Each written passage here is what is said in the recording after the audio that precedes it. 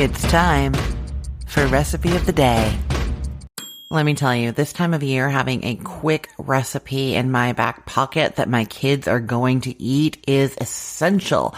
Actually, tonight, I am hosting the 10th grade parent social night at a lounge downtown, and I am leaving the house at 5 o'clock to get there. To make that happen, my oldest child is going to have to Uber home from his long pre-concert band rehearsal, and he's getting home after I've left, and, well, you understand. It's just chaos right now. Things are a little bit busy.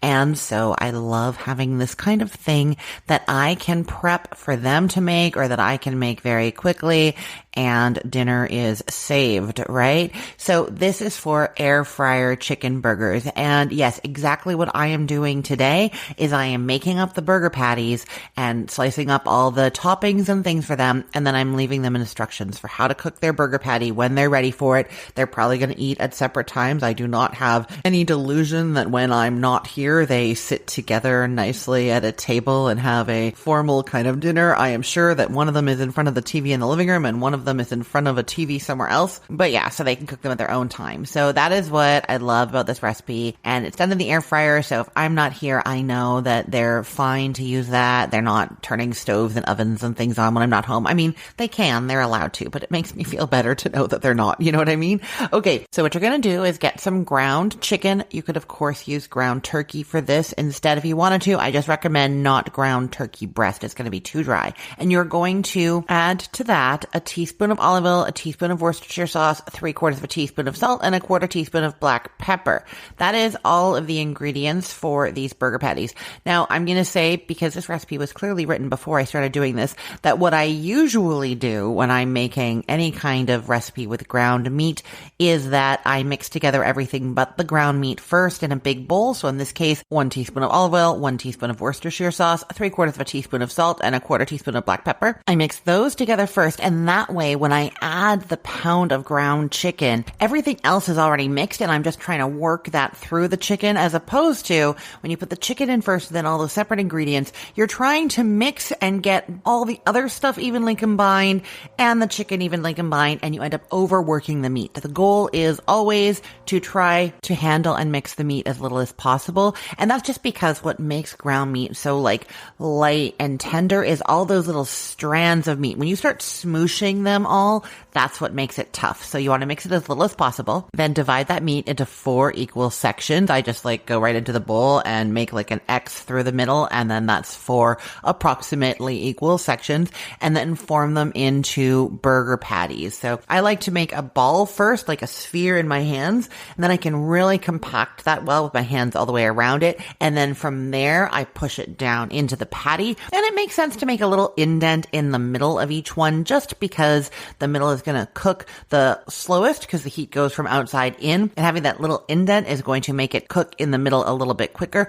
Also, burgers often sort of puff up in the middle as they cook, so the indent can make them end up being a little bit flatter in the end. Okay, now this recipe says to cook them 2 at a time in the air fryer so that they will brown well and not be steaming in there. But I will tell you that I don't usually do that. I usually put all 4 of them in there. The recipe says to cook them at 360 degrees Fahrenheit for the first 4 minutes and then 400 for the second 4 minutes.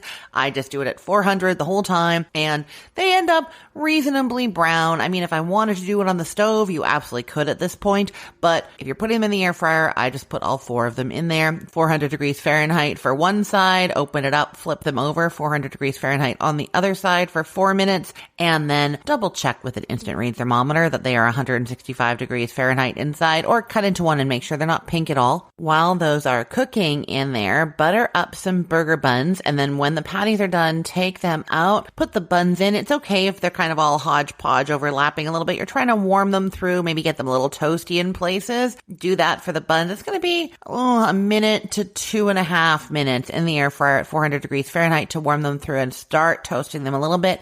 And then you're serving those patties on the buns with whatever toppings you and your family love. How much you want to bet that my kids don't put the lettuce, tomato, and pickles on their burgers when I'm not there? It's probably just the cheese and the meat and the bread, right? I guess you never know. And I'll find out when I get home if the plate of vegetables is still full, right? I will put the link to this recipe in the show notes for this podcast episode, or you can head to cookthestory.com/ROTD and get it there, or find it in our Facebook group, facebook.com/groups/recipeotd. And hey, just a quick note. I'm on a recording hiatus right now, so for the next little while, I'm replaying episodes from the archives, including this one. If you heard me mention a holiday, a season, or something going on in my life that seemed a bit off, that's why. Thanks so much for listening, and I hope you're enjoying these older episodes. I am Christine Pittman from cookthestory.com, thecookful.com, cookfor2.us, and from this podcast, Recipe of the Day. I hope you have a great day. Let's get cooking.